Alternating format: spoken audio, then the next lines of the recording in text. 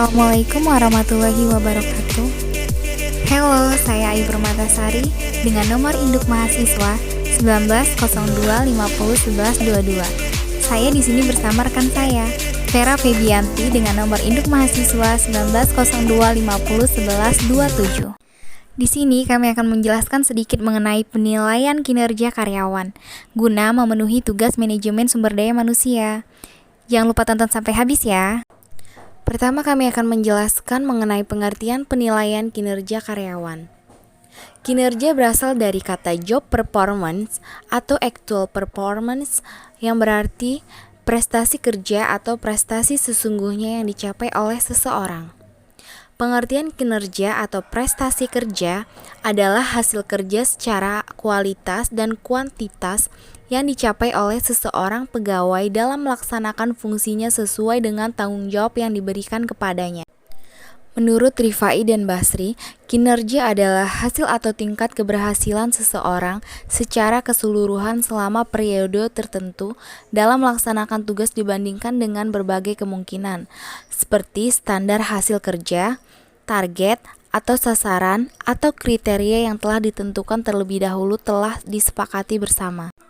Subpokok kedua yaitu mengenai faktor-faktor yang mempengaruhi penilaian kinerja karyawan. Apa saja sih yang mempengaruhi penilaian kinerja karyawan? Yaitu yang pertama ada efektivitas dan efisiensi. Bila suatu tujuan tertentu akhirnya bisa dicapai, kita boleh mengatakan bahwa kegiatan tersebut efektif. Tetapi, apabila akibat-akibat yang tidak dicari kegiatan menilai yang penting dari hasil yang dicapai, sehingga mengakibatkan kepuasan walaupun efektif dinamakan tidak efisien. Sebaliknya, bila akibat yang dicari-cari tidak penting atau remeh, maka kegiatan tersebut efisien. Otoritas menurut Prawiro Sentono adalah sifat dari suatu komunikasi atau perintah dalam suatu organisasi formal yang dimiliki seseorang anggota organisasi kepada anggota yang lain untuk melakukan suatu kegiatan kerja sesuai dengan kontribusinya. Perintah tersebut mengatakan apa yang boleh dilakukan dan yang tidak boleh dalam organisasi tersebut. Yang ketiga, disiplin. Disiplin adalah taat kepada hukum dan peraturan yang berlaku. Menurut Prawiro Sentono, disiplin karyawan adalah kegiatan karyawan yang bersangkutan dalam menghormati perjanjian kerja dengan organisasi di mana dia bekerja. Yang keempat, inisiatif. Inisiatif yaitu berkaitan dengan daya pikir dan kreativitas dalam membentuk ide untuk merencanakan sesuatu yang berkaitan dengan tujuan organisasi. Yang kelima, ketersediaan peralatan dan barang. Dibutuhkan ketersediaan peralatan dan barang untuk dapat menunjang kelancaran tugas karyawan. Misalnya, dengan menyediakan mesin-mesin yang berhubungan dengan proses produksi. Yang keenam, lingkungan kerja. Memastikan karyawan memiliki tempat kerja yang sehat adalah kunci dari produktivitas karyawan. Misalnya, dengan menciptakan ruang kantor yang selaras memenuhi kaidah pencahayaan dan sirkulasi udara. Sebagian besar karyawan juga dapat menilai perusahaan dari kubikel, toilet, pantry, tempat ibadah, dan ruang istirahat yang disediakan. Yang ketujuh, job description dan tanggung jawab. Seringkali produktivitas karyawan mengalami stagnasi karena ia merasa jenuh dan bosan pada pekerjaannya. HR dapat meyakinkan karyawan tentang kontribusi yang telah mereka hasilkan untuk perusahaan, sehingga motivasi mereka kembali meningkat. Selain itu, menempatkan karyawan pada tim kerja yang tepat atau mempercayakan proyek khusus akan menghadirkan minat dan perhatian mereka. Intinya adalah menyadarkan bahwa keberadaan setiap karyawan berharga dan masing-masing memiliki peran terhadap keberhasilan perusahaan. Yang kedelapan, visi misi dan budaya organisasi. Angkatan kerja generasi milenial selalu mencari purpose atau the meaning of life.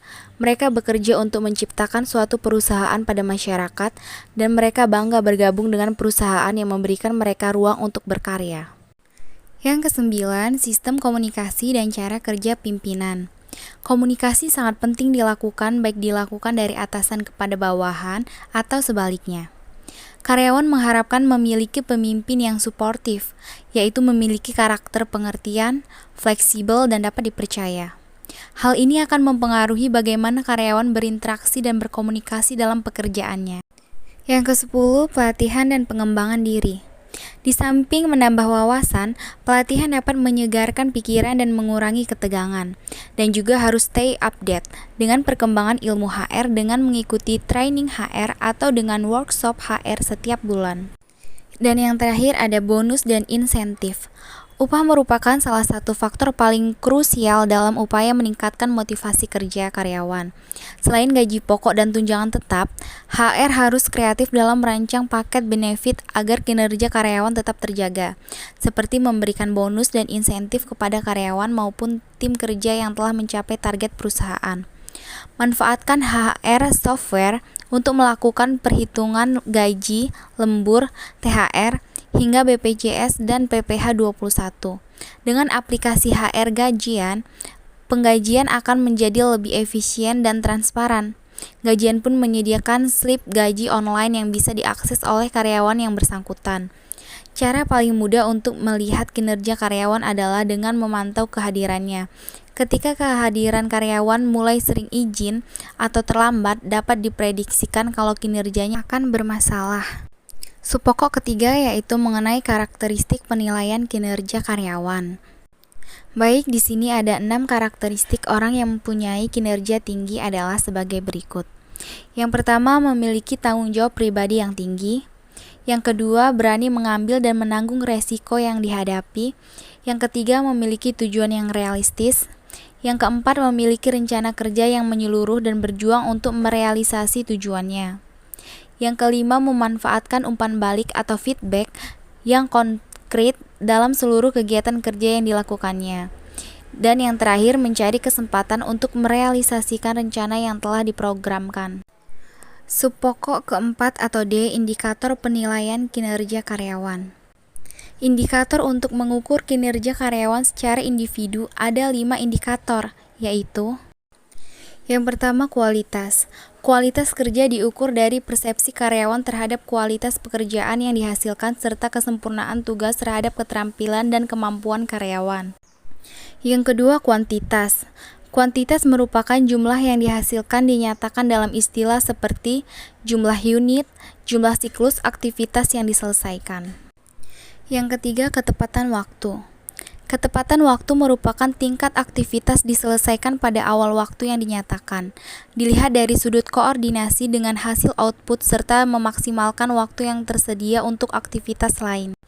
Yang keempat, efektivitas. Merupakan tingkat penggunaan sumber daya organisasi atau tenaga, uang, teknologi, bahan baku dimaksimalkan dengan maksud menaikkan hasil dari setiap unit dalam penggunaan sumber daya. Yang kelima, kemandirian. Merupakan tingkat seorang karyawan yang nantinya akan dapat menjalankan fungsi kerjanya. Komitmen kerja merupakan suatu tingkat di mana karyawan mempunyai komitmen kerja dengan instansi dan tanggung jawab karyawan terhadap kantor. Subpokok berikutnya atau E, cara untuk meningkatkan kinerja. Ada 3 cara yang dapat kita lakukan untuk meningkatkan kinerja. Yang pertama, diagnosis.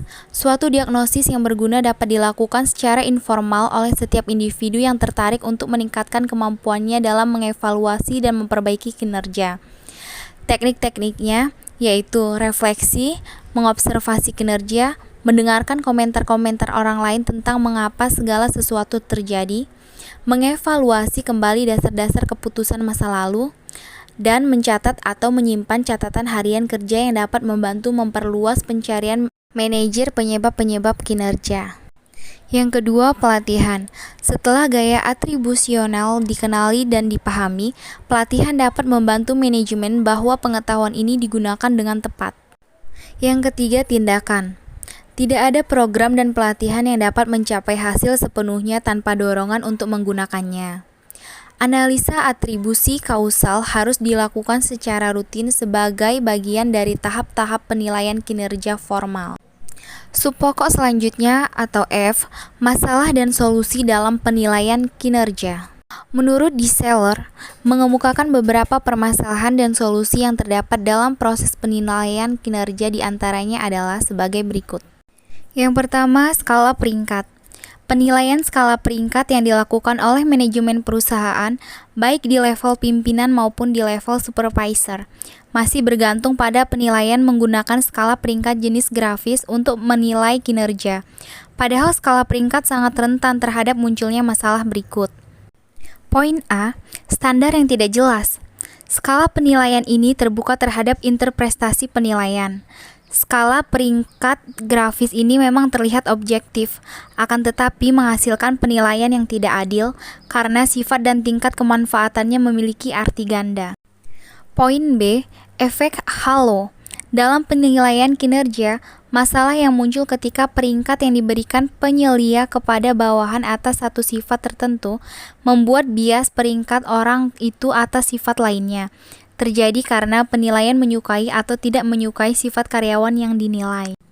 Poin C, kecenderungan terpusat. Merupakan kecenderungan untuk memberikan semua karyawan dengan cara yang sama, seperti memberikan peringkat rata-rata kepada semuanya. Beberapa penyelia bersikeras saat mengisi skala peringkat. Mereka cenderung untuk menghindari angka tinggi dan rendah dan hanya memberikan peringkat yang sedang untuk sebagian besar orang-orang mereka. Poin D, longgar dan ketat, adalah masalah yang terjadi saat penyelia memiliki kecenderungan untuk memberikan peringkat yang tinggi atau rendah kepada semua bawahannya. Penyebab longgar atau ketatnya penilaian itu bukan hanya kecenderungan si penilai saja, tetapi tujuan dari penilai itu. Dan terakhir poin E, prasangka, adalah kecenderungan untuk mengizinkan perbedaan perorangan seperti umur, ras, dan jenis kelamin untuk memengaruhi peringkat penilaian yang diterima karyawan. Karakteristik pribadi orang yang dinilai seperti umur, ras, dan jenis kelamin biasa mempengaruhi peringkat karyawan, seringkali terpisah dan prestasi orang itu sebenarnya. Yang kedua adalah bagaimana menghindari masalah penilaian. Barangkali aman untuk mengatakan bahwa permasalahan seperti dikatakan di atas bisa membuat sebuah penilaian menjadi lebih buruk daripada tidak ada penilaian sama sekali. Namun, permasalahan seperti ini tidak bisa dihindari dan masalah ini bisa diminimalkan dengan cara Poin A, pelajari dan pahamilah potensi permasalahan dan solusinya. Memahami permasalahan yang biasa membantu untuk menghindarinya. Poin B, gunakanlah alat peringkat yang tepat. Poin C, latihlah penyelia untuk mengurangi terjadinya kesalahan seperti yang telah disebutkan di atas. Poin D, penyimpanan agenda juga berharga untuk diusahakan. Berikutnya yang ketiga, masalah hukum dan etika dalam penilaian kinerja.